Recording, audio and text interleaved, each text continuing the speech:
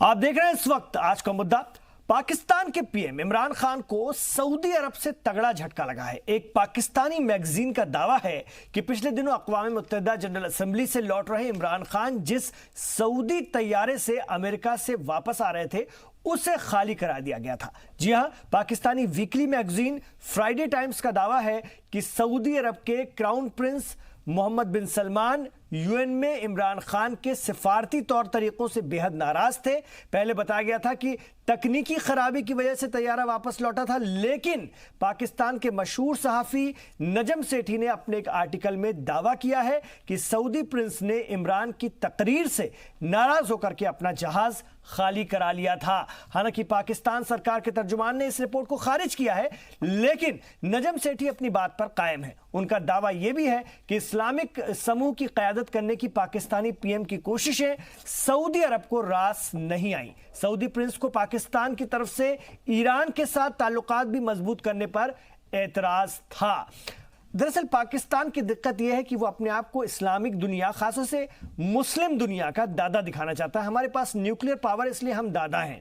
Saudi अरब में और कुछ और कंट्रीज में वो अपने रिटायर्ड जनरल, मेजर और इस तरह के जो होते हैं वहां उनको भेजता है उनकी फौज की हिकमत अमली तैयार करने के लिए। ये सारे काम वो करते हैं जब पार्ट टाइम वो लोग हो जाते हैं, पैसे कमाने के लिए वहां पर जाते हैं। तो पाकिस्तान को यह लगने लगा है कि मुस्लिम मुल्कों में वही सरदार बन जाएगा, वही दादा बन जाएगा, लेकिन सऊदी अरब ने जो जलील किया है, जो बेइज्जती की है इमरान खान की, वो भी इमरान खान अभी बरसों तक याद रखेंगे। तो मेरे 5 सवाल जिनके इर्द गिर्द हमारी चर्चा घूमेगी, वो पहला सवाल है कि सऊदी के जरिए पाकिस्तान की आलमी बेइज्जती के मायने क्या। कितनी सारी आलमी बेइज्जती हो चुकी है दुनिया के, जिसके सामने कारपेट की जगह, रेड कारपेट की जगह डोरमेट बिछा दिया गया हो, उससे के लिए और क्या उम्मीद की जाए। दूसरा, कश्मीर पर इमरान खान का तुर्की और मलेशिया को तरजीह देना भी क्या सऊदी को रास नहीं आया। बहुत नाम ले रहे थे इमरान खान, क्योंकि उनको ऐसा लगता है कि इन दोनों मुल्कों ने कश्मीर के मामले में उनका साथ दिया है। यह सऊदी को पसंद नहीं आया। तीसरा, इमरान खान के डोरमेट इस्तकबाल के बाद जहाज वापस लेने की बेइज्जती से क्या कुछ असर पड़ेगा पाकिस्तान पर, यह भी एक बड़ा सवाल है, अहम सवाल है।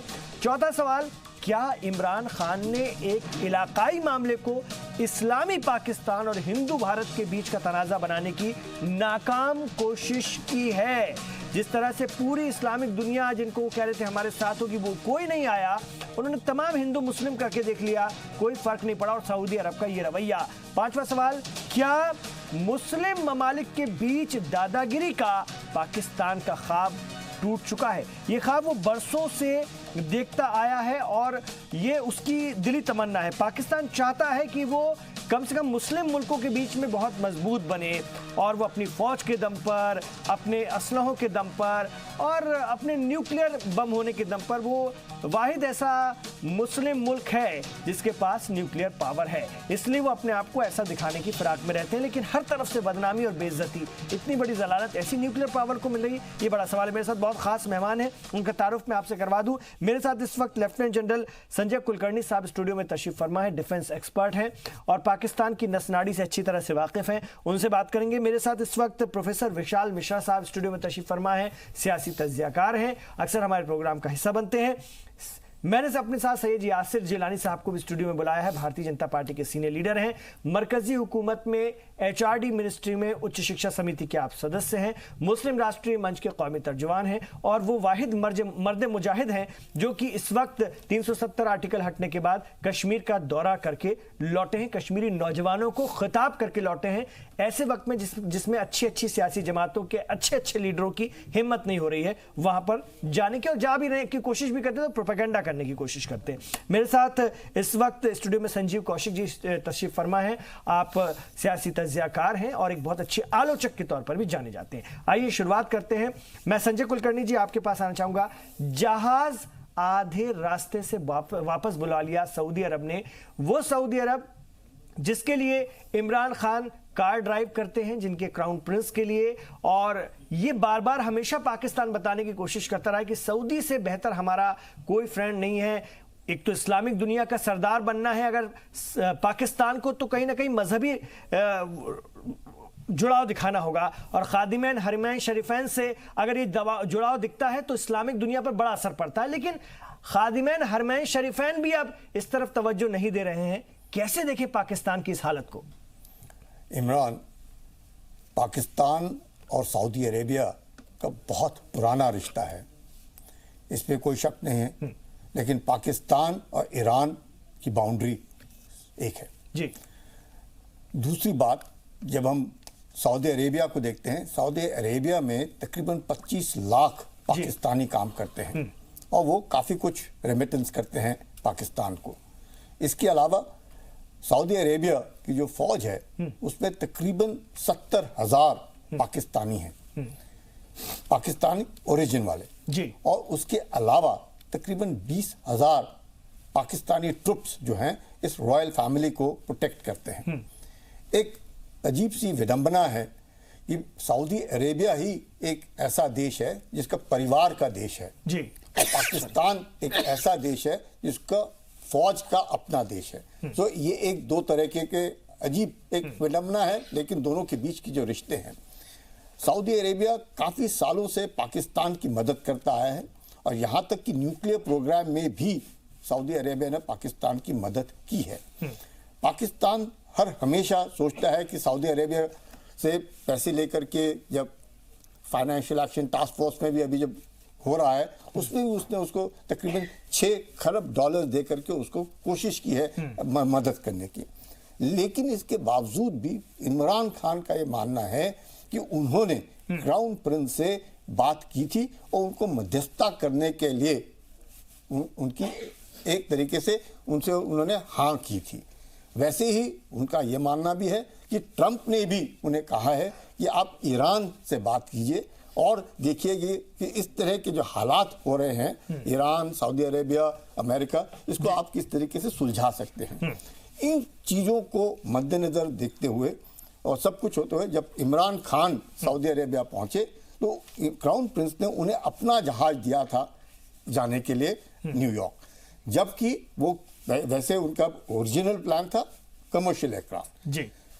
लेकिन ये सुनने में आया, अभी नजाम सेठी जो हैं वो एक वाकई बहुत काबिल तारीफ एक पत्रकार हैं, इनकी किताबें काफ़ी लोग पढ़ते हैं, उनके रिश्ते भी इमरान खान के साथ बहुत अच्छे हैं। उन्होंने जब फ्राइडे टाइम्स में लिखा कि ये जो इस तरह की कार्रवाई हुई और वाकई ठीक भी है कि इस तरह के क्राउन प्रिंस का जो हवाई जहाज खुद का होता है, जैसे एयरफोर्स नंबर 1 हुआ, अपने प्रधानमंत्री और अपने राष्ट्रपति का हुआ, इस तरह के हवाई जहाज अमूमन खराब नहीं होते हैं। ये टेक्निकल ग्लिच जो है जो माना जाता है ये नहीं हो सकता है। लेकिन क्राउन प्रिंस सऊदी अरेबिया को जरूर लगा कि पाकिस्तान को अब अपनी जगह दिखाने की जरूरत है और वो जगह उन्होंने इस तरीके से बहुत तुर्की, बहुत मलेशिया वहां वो कर रहे थे, ईरान के साथ अपना जुड़ाव दिखा रहे थे, जबकि सऊदी और ईरान के जिस तरह के अभी ताल्लुकात थोड़े बिगड़े हैं, ये तमाम वजूहात रही होंगी जिसके चलते नाराज हुआ सऊदी अरब। ये इस्लामोफोबिया जो है, जी, इस्लामोफोबिया जो कह रहे हैं, और उन्होंने जब कहा कि हम अंग्रेजी टीवी चैनल शुरू करेंगे ये बताने के लिए लोगों को कि इस्लाम जो है एक पीसफुल रिलीजन है और आतंकवाद के साथ बार बार जब आप इसको जोड़ते हैं ये ठीक नहीं है, तो वो एक क्राउन प्रिंस को ठीक नहीं लगा और ऐसे लगा कि पाकिस्तान मुसलमानों का मसीहा बनने की कोशिश कर रहा है और सऊदी अरेबिया को आंख दिखाने की कोशिश कर रहा है। असल में दिक्कत यासिर जिलानी साहब ये भी है कि तुर्की भी अपने आप को मुस्लिम, मैं इस्लामिक मुल्क नहीं कहूँगा क्योंकि इस्लामिक मुल्क जैसी कोई चीज़ तो है ही नहीं, सब मुस्लिम ममालिक हैं, मुस्लिम बहुलता वाले देश हैं। तो तुर्की भी अपने आप को दादा समझता है, पाकिस्तान भी अपने आप को दादा समझने की कोशिश करता है, सऊदी अरब का तो दावा है ही है। इसके अलावा क्योंकि 2 बड़े पवित्र स्थान, 2 बड़े पाक शहर वहां पर हैं, बड़े पैमाने पर लोग हज के लिए जाते हैं। इसके अलावा और भी कुछ मुल्क हैं जो इस तरह की कोशिश में रहते हैं। ईरान अपने तरीके से पूरे रीजन को प्रभावित करने की, मुतासर करने की कोशिश करता रहता है।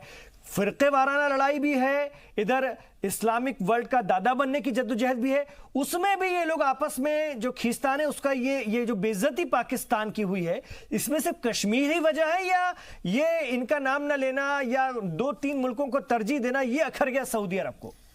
देखिए, बड़े सगीर का ये जो पूरा खत्ता है ना, इसमें जो ख़ास करके लोग कहीं ना कहीं जिस तरीके से राष्ट्राध्यक्ष पाकिस्तान इमरान खान ने इस्लामोफोबिया का एक वर्ड का इस्तेमाल किया था, ये इनके जहन में, इनके सोच में, इनके जहनियत में कहीं ना कहीं हमेशा रहता है। और जिस दादागिरी की आप बात कर रहे हैं, ये तमाम जिन मुल्कों का आपने नाम लिया, ईरान हो, तुर्की हो, ये सब के सब ये चाहते हैं, सऊदी अरब भी, हमने बहुत पहले से सऊदी अरब को बहुत नज़दीक से देखने की कोशिश करी है। आप देखिए कि इनको लगता है कि हम थोड़ा सा कंजर्वेटिव भी रहें, हमें इस्लाम की जो प्रैक्टिसिंग चीज़ें हैं उसको भी दुनिया को बताना है, क्योंकि अपनी दादागिरी मेंटेन करनी है। फिर ये चाहते हैं कि थोड़ा हम इनसे अलग होकर उदारवादी सोच भी रखें, हम थोड़ा मॉडर्न, जो पूरा का पूरा एरा अभी चल रहा है मॉडर्न सिस्टम, उसमें भी इन्वॉल्व रहें। जो अभी खास करके एक बहुत बड़ा बदलाव सऊदी अरब में देखने को मिल रहा है, जब से प्रिंस सलमान की का आगाज हुआ है, वहां पे जिस तरीके से सारी चीजों पे उनका कब्जा और काबिज हुए हैं, उनकी सारी बातें मानी जा रही हैं, तो कहीं ना कहीं वो उस इस्लाम को, मैं आपने ठीक कहा कि इस्लाम को ये क्यों बीच में लेके आते हैं, इन्हें लाना नहीं चाहिए, क्योंकि इस्लाम एक बहुत बड़ा रिलीजन है। इस्लाम जब 1437 साल पहले इस धरती पे आया था, तो एक ज़बरदस्त उस वक्त जो हमारी ज़मीन पे एक बड़ा अजीब सा माहौल था, लोगों के अंदर एक इज्जत नाम की कोई चीज़ नहीं थी, औरतों को इज्जत नहीं दी जाती थी, हर जगह एक दूसरे के मुखालफीन लोग थे, नफरत थी, आपस में कबीले बटे हुए थे, एक दूसरे को हलाक करने के लिए हर वक्त तैयार होते थे। तब वो आया था और उसने शांति, इत्तेहाद, भाईचारा, मोहब्बत जो पैगाम है उसका, जो पूरी दुनिया में ता क़यामत तक के लिए दिया, वो रहेगा।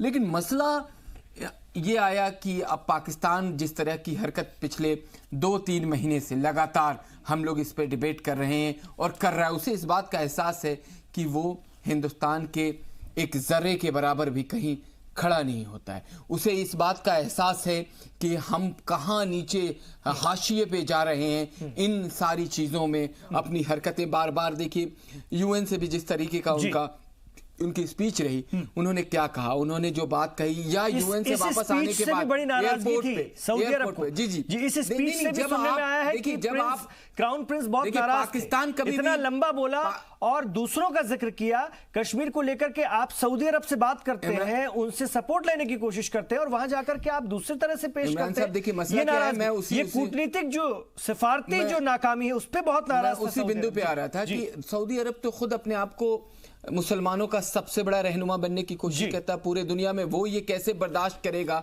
कि जो उसके दिए हुए दान पे एक देश जो अपना सारा सिस्टम चला रहा है, जितना खैरात ज़कात सऊदी अरब ने पाकिस्तान को अब तक दिया है, अब उनके वक़ार को बचाने के लिए, उनके वजूद को बचाने के लिए, मुझे लगता है कि दुनिया के किसी मुल्क ने इसलिए उनको अलग थलग कर दिया क्योंकि उनके यहाँ जो सबसे बड़ा मसला आतंकवाद का है, दहशतगर्द का है, वहाँ वो पूरी दुनिया जानती है। और पूरी दुनिया ये चाहती नहीं है कि कोई भी मुल्क अपने देश में खून खराबा करे, आतंकवादी कोई उनके यहाँ किसी तरह की हरकत हो। लेकिन पाकिस्तान में तो ऐसा है नहीं। पाकिस्तान का तो इस वक्त जो समूचा, आप पूरे के पूरे हर खित्ते में देखेंगे, चाहे वो सिंध हो, चाहे वो रावलपिंडी से लेके बलूचिस्तान तक का इलाका हो, पंजाब से लेके मुल्तान तक का इलाका हो, लाहौर से लेके फाटा तक का इलाका हो, आप देख लें इसमें तमाम एक पैरेलल गवर्नमेंट चल रही है। आईएसआई, पाकिस्तान गवर्नमेंट और फौज के अलावा एक पैरेलल गवर्नमेंट चलाते हैं वहां के आतंकवादी, वहां के वो रिलीजियस कट्टरपंथी जिनको आतंकवादी मदद करते हैं, जो इंसानियत की का खून करते हैं। मैं आ रहा हूं यासिर जैल साहब, आपके पास आ रहा हूं। मैं संजीव कौशिक जी आपके पास भी आना चाहूंगा।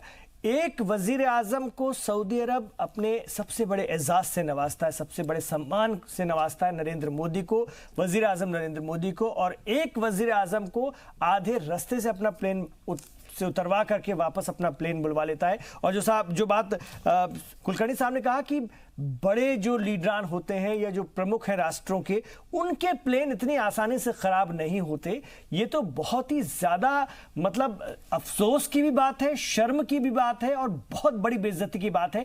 पाकिस्तान में इसको लेकर लोग हंस रहे हैं, तो ये मोदी नीति की एक बड़ी जीत भी हम इसको इस रूप में कह सकते हैं। हम प्लेन खराब करवाने के लिए नहीं, कहने का मतलब है कि एक मुल्क जो कि अपने आप को इस्लाम का सरबराह मानता है, इस्लाम को का कहीं ना कहीं अपने आप को लीडर मानता है इस्लामिक दुनिया का, वो हिंदुस्तान के साथ है और उस पाकिस्तान के साथ नहीं जो अपने आप को दादा बताने की कोशिश कर रहा है इस्लामिक दुनिया का। देखिए इमरान भाई, इसमें दो बातें सामने आ रही है। पहली बात तो ये कि पाकिस्तान के प्रधानमंत्री नवाज शरीफ, ये इमरान खान की बात जो हो रही है, इमरान खान के बारे में जो नजम सिटी के हवाले से जो खबर आई है उसकी बात, उसकी तुलना और उनका वजूद खास करके क्राउन प्रिंस के नज़र में और हिंदुस्तान के प्रधानमंत्री नरेंद्र मोदी का, दोनों दो शख्सियत है, दोनों अलग अलग हैं, कहीं एक सामने तराजू पे तौलने की ज़रूरत ही नहीं है। दोनों में ज़मीन आसमान का अंतर है। हाँ, ये ज़रूर आपने एक क्वेश्चन जो किया हमसे कि क्या ये नरेंद्र मोदी के नीति का कमाल है कि उन्हें वो अलग थलग कर दिया गया। मेरा मानना यह है कि इसमें भी ये तुलना करने की जरूरत नहीं है, क्योंकि पाकिस्तान अपने किए की सजा पा रहा है। वो कई मंचों पे, विश्व के कई ऐसे मंचों पे लगातार वो उठाने की कोशिश की 370 और 35 के लिए, और तमाम जगहों पे उनकी फजीहत होती रही। तुलनात्मक दृष्टिकोण से देखें तो पाकिस्तान अलग थलग पड़ता चला जा रहा है। और बगल में बैठे हमारे जानकार साहब ने बताया कैसे कि क्यों ज़रूरत है तुर्की के लिए या फिर उनके नज़दीकी जो रिश्ते हैं अन्य इस तरह के इस्लामिक देशों के लिए। तो जाहिर सी बात है कि एक दादागिरी जो बात सामने आ रही है कि ये दादागिरी, तो पाकिस्तान के हिस्से में तो ये दादागिरी शब्द भी इस्तेमाल करना मुझे लगता है कि कुछ ज़्यादा ही उन्हें वजूद उनका मजबूत करना होगा। ऐसा कुछ नहीं है, पाकिस्तान की स्थिति बहुत ख़राब है। हाँ, ये ज़रूर है कि क्राउन प्रिंस को इस बात से मलाल है या ये बुरा लगा हो, या फिर ये ज़रूर उनके जहन में ये बात आई है कि इन्होंने जिस तरह से वहाँ पे भाषण दिया या जिस तरह से समय लिया ना संजीव जी कि हमारे भी ईरान के साथ अच्छे ताल्लुकात हैं, हमारे भी तुर्की के साथ ठीक ठाक ताल्लुकात हैं, इंडोनेशिया के साथ अच्छे, दुनिया के दूसरे ममालिक के साथ अच्छे हैं। हम तो ये कहते हैं कि पाकिस्तान के साथ भी अच्छे ही थे, उसमें कोई बुराई नहीं हो। तो हमारा इंटरनल मामला था, वो जबरदस्ती कूद रहे हैं बाहर, हाय तौबा मचा रहे हैं, वो उनकी गलती है। कहने का मतलब ये है कि हमारे भी सबसे बढ़िया ताल्लुकात हैं, लेकिन सऊदी अरब का रवैया हमारे लिए एजाज देने का होता है। तो क्या ये मोदी है तो मुमकिन है? ये इसलिए मैं पूछ रहा हूं। और इमरान खान को रेड कारपेट की जगह डोरमेट लगाया जाता है, ये भी आपने देखा था। तो क्या ये मोदी है तो मुमकिन है?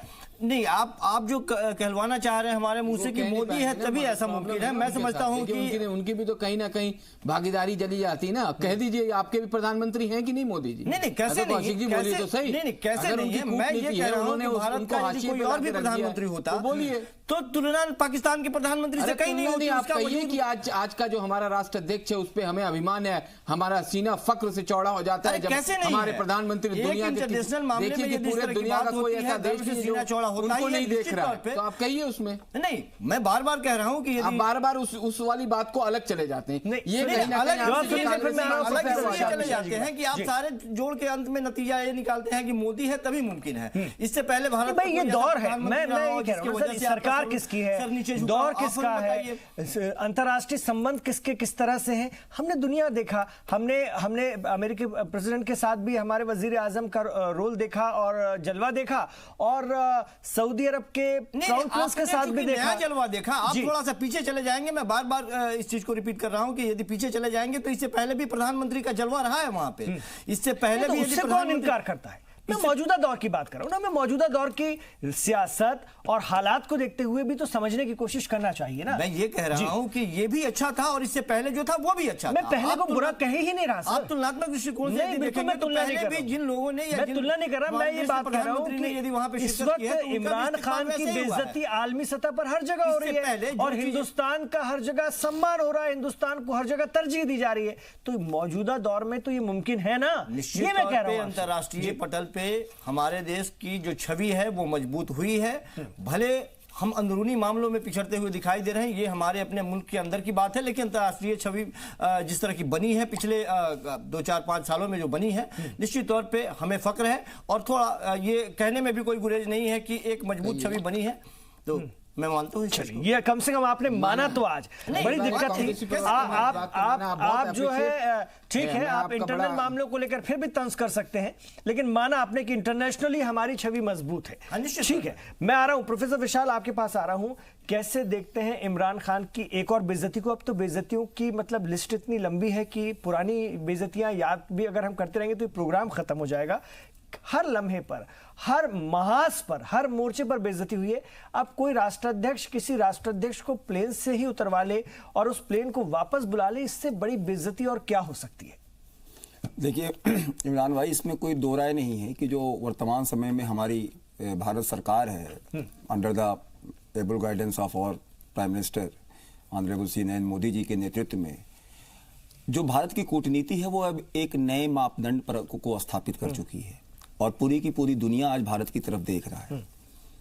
और कहीं ना कहीं वर्तमान सरकार ने इस बात को सुस्थापित कर दिया है कि अगर आप एक्सटर्नल फॉरेन पॉलिसी में अपने आप को मजबूती से रखते हैं तो आपका ग्लोबल एरेना में विश्व के समीकरण में आपकी अपनी पहचान बनती है।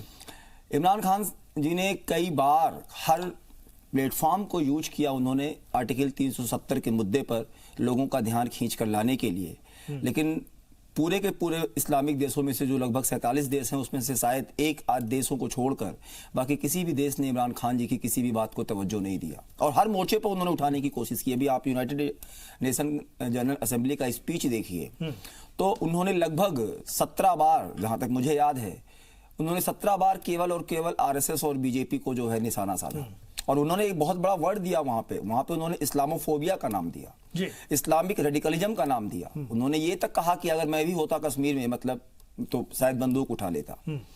तो आप ये देखिए कि वो यूनाइटेड नेशन जनरल असेंबली है जहां पे आप एक रोड मैप निर्धारित करते हैं कि आने की दुनिया को क्या देना है, आप क्या मैसेज देना चाहते हैं। आप उस स्पीच को देखिए तो वो कोई प्रॉब्लम डिस्प्यूटेड सॉल्यूशन की बात नहीं हो रही थी, वो दुनिया को क्या मैसेज देना चाह रहे थे कि हम किसकी बात कर रहे हैं। सिर्फ और सिर्फ एक चीज उनके पूरे स्पीच से निकल कर आ रही है, वो है धर्म के नाम पर जिहाद।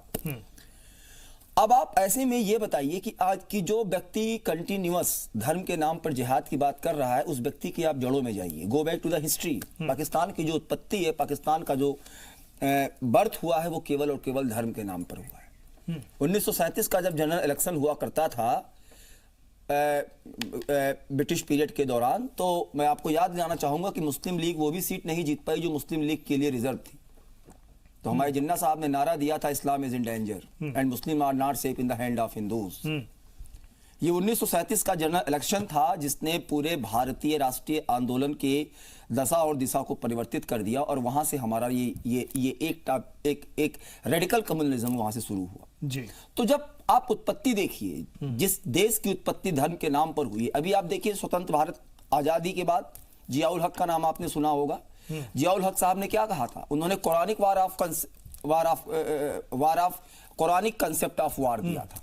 क्या मतलब, ये इस हद तक वहां के राष्ट्राध्यक्ष, वहां के प्रधानमंत्री बात करते हैं। सऊदी अरब अपना प्लेन क्यों नहीं वापस मंगा लेगा? आपको बताना चाहूंगा कि वहां पर सऊदी अरब $20 बिलियन डॉलर का इन्वेस्टमेंट कर रहा है। अभी वहां पे जो गदर पोर्ट के पास रिफाइनरी बन रही है वहां पर $6 मिलियन डॉलर का इन्वेस्टमेंट कर रहा है। तो जिस कंट्री के दमखम पर आपने अपना वजूद बचाए रखा है, आप उसी कंट्री को नजरअंदाज करके दुनिया को यह दिखाना चाहते हो कि पूरे के पूरे विश्व में इस्लाम के आप ही मुखिया हैं। तो ये कोई भी देश स्वीकार नहीं करेगा, खास तौर से वो देश जिस देश के सहायता के बलबूते पर पाकिस्तान का अस्तित्व बना हुआ है। तो जहाज वापस मंगवाना ये कोई बहुत बड़ी बात नहीं है। और इससे इमरान खान को इस बात का भी पता चल गया कि वर्ल्ड पॉलिटिक्स में उनकी अब क्या हैसियत है और वो कहां स्टैंड कर रहे हैं। ये बहुत इंपॉर्टेंट बात है। बिल्कुल, ये बड़ी बात, ये बहुत इंपॉर्टेंट बात है कि इमरान खान को ये पता चल गया है कि हम ये उनकी इमरान भाई एक 10 सेकंड और लूंगा। आपने उनकी स्पीच की ओरिजिन सुनी, बिगिनिंग, मैं बहुत निराश हूं, मैं बहुत दुखी हूं।